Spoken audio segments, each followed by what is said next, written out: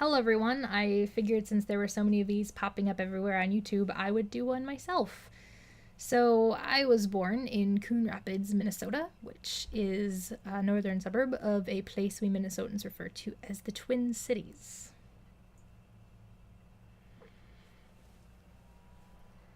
When I was about a year old, I had gotten really super duper sick, and this illness came with dehydration, and dehydration so bad that I actually nearly died.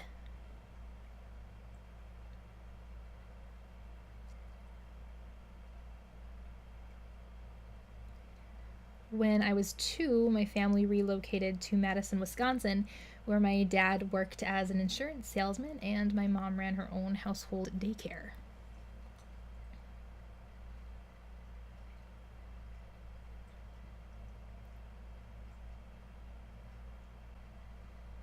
I was always a pretty sick little kid, and no one could ever figure out why. I was always in pain and sometimes even violently ill. One of my very first memories actually includes me being very sick after drinking a glass of chocolate milk. 2 more years passed. The company my dad worked for failed. My Aunt Teresa had gotten super duper sick, and my parents ended up buying this little nothing candle shop in central Minnesota. So my family was once again relocated to a little house on a lake in Breezy Point, Minnesota, just to be closer to my aunt, who eventually lost her battle with cancer.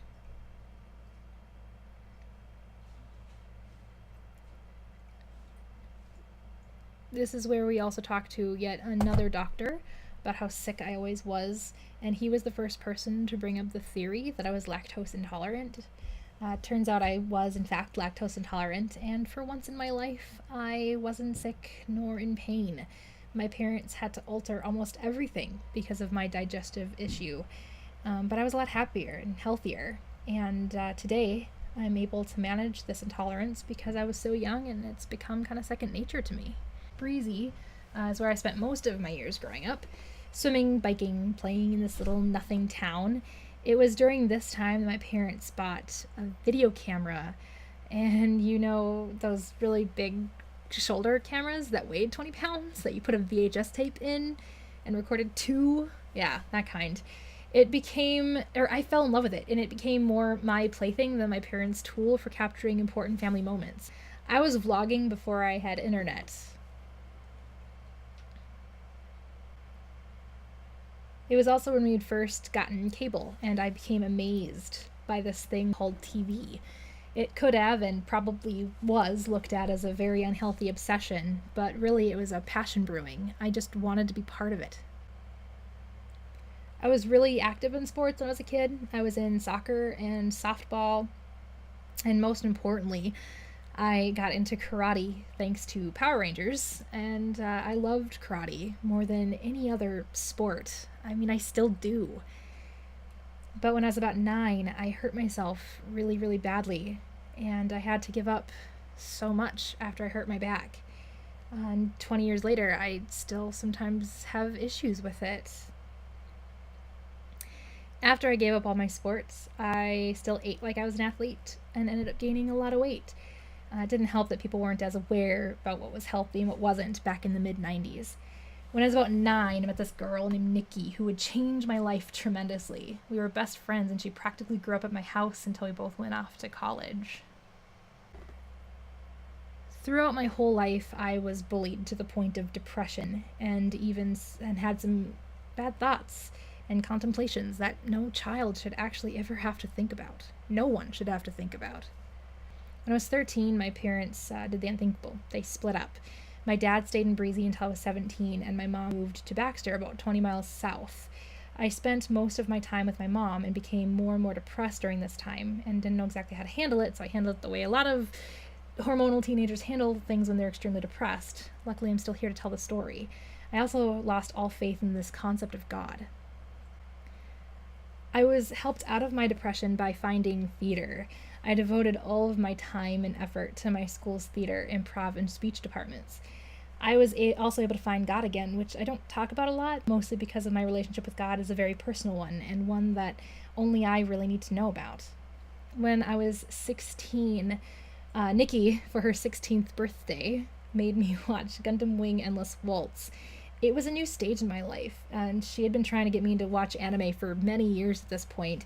And while she had gotten me to watch a few things here and there, it was that day that she got me into this wonderful genre known as anime. And my life hasn't really been the same since. I started writing fan fiction where I met this kid from Arizona, and to this day, we're still really good friends, and I still call her by her pen name, Chip.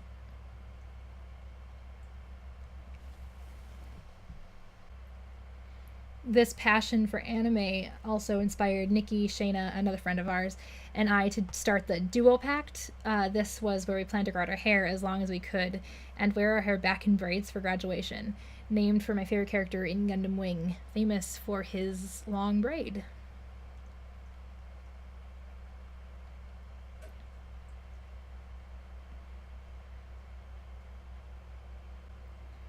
Junior year, I started to experience insomnia. It may have had something to do with my ever growing addiction to caffeine.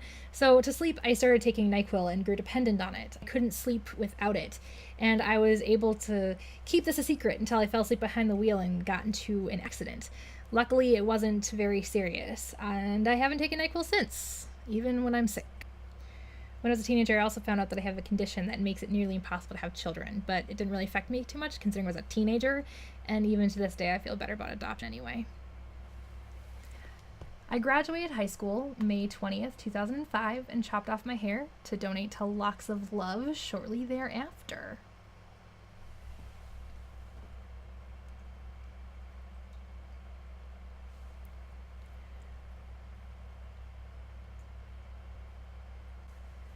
I went to Bemidji for college, Bemidji, Minnesota, for a year. This is where I met two people who still mean the world to me. Jess, who would eventually become my roommate and best friend, and Sarah Bull, who a lot of you already know here on YouTube. I moved and transferred to a new town and university in St. Cloud, Minnesota. Jess and I moved in for a year, but we split on really good terms after the end of the first lease. Another friend moved in, which turned out to be a huge disaster on many fronts. She owed me money, and she was not a nice person to me. So we didn't end on very good terms, but eventually I forgave her, which we'll get to in a little while. I studied film history in college and learned way more than I could have ever dreamed of learning. I'd always wanted to work in the film and television industry and wanted to be an artist. I also learned of this amazing city known as Vancouver, Canada, during my time in St. Cloud and realized that it was where I was meant to live. I first got the chance to visit there in 2007 and never really looked back. It was my home.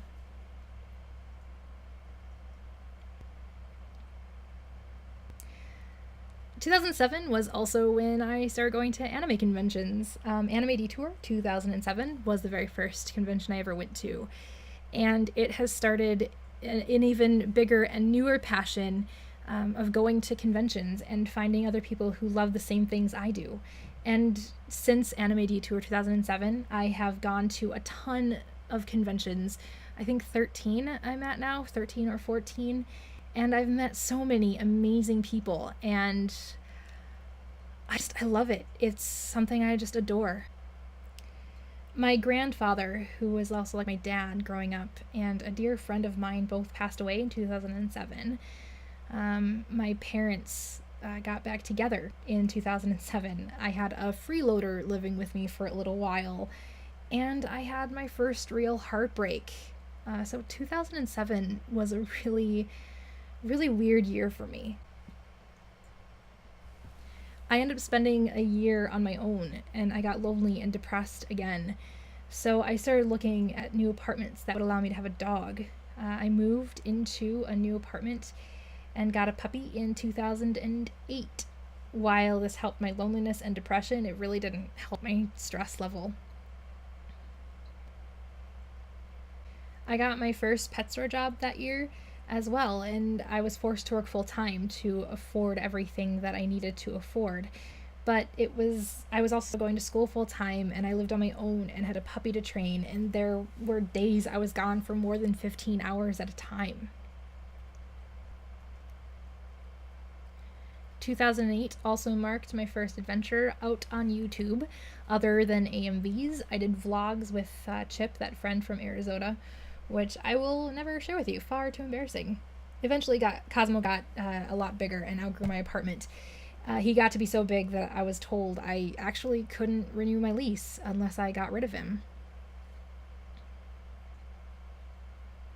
So, with that choice in hand, I decided to choose Cosmo. I moved down to the southern part of the Twin Cities and moved in to my parents' mother-in-law suite, where I've remained all these years. When I first moved down to Bloomington, I tried to make it as an actress in Minneapolis, but I realized that theater isn't an easy career to make happen when you don't know the right people. I spent a year unemployed and felt that depression creeping its way back into my life, and I decided to handle it by reaching out on YouTube.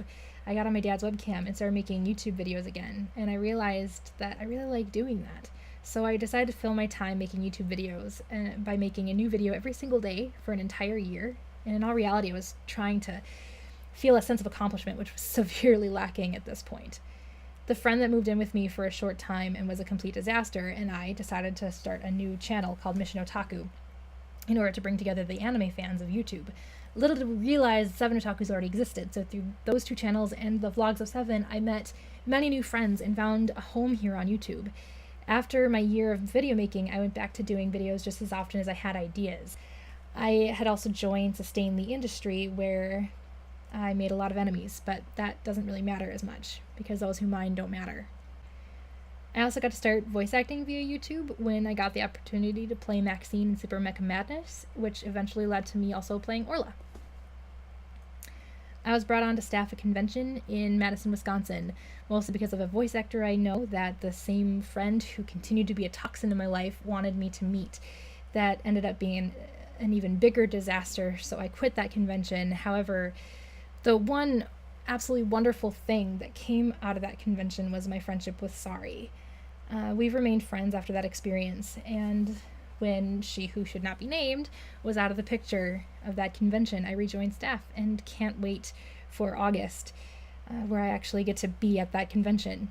I also officially said goodbye to that so-called friend. At the end of 2010, I got a job at PetSmart, which I loved for about 6 months. Drama happened, and that depression creeped its way back into my life after about 2 years of fighting for a job that was never really worth it. I decided to find a job that wasn't only worth fighting for, but that I didn't really have to fight for. Why should I? I also decided to finally start my production company and work on some new ideas to make my life happen for me. I decided to take these new steps in life after I visited Vancouver for the first time in 5 years. I got to see amazing things and meet some new people and got a whole new lease on life. I realized that I deserved happiness. Both times I've been to Vancouver, I was in a really bad place, but Vancouver lightened the load and gave me something to focus on, and focus kills depression. I may never be fully over my depression, but one thing's for sure, I will always find a way back to happiness, and no matter what you deal with in life, so can you. I have friends and family, and I have a future, and those things are the greatest support group anyone could ever ask for. So this is kind of a tag, so I'm gonna actually tag some people. I'm gonna tag Dylan and Sarah and Kay, Mike, and Kyo-chan. And if anyone else would like to, if anyone does, make it a video response so I know I can't miss it. It's not easy to bare my soul in public fashion, but this is my life, and this is what made me who I am, and I'm proud of that. So thank you for watching and listening.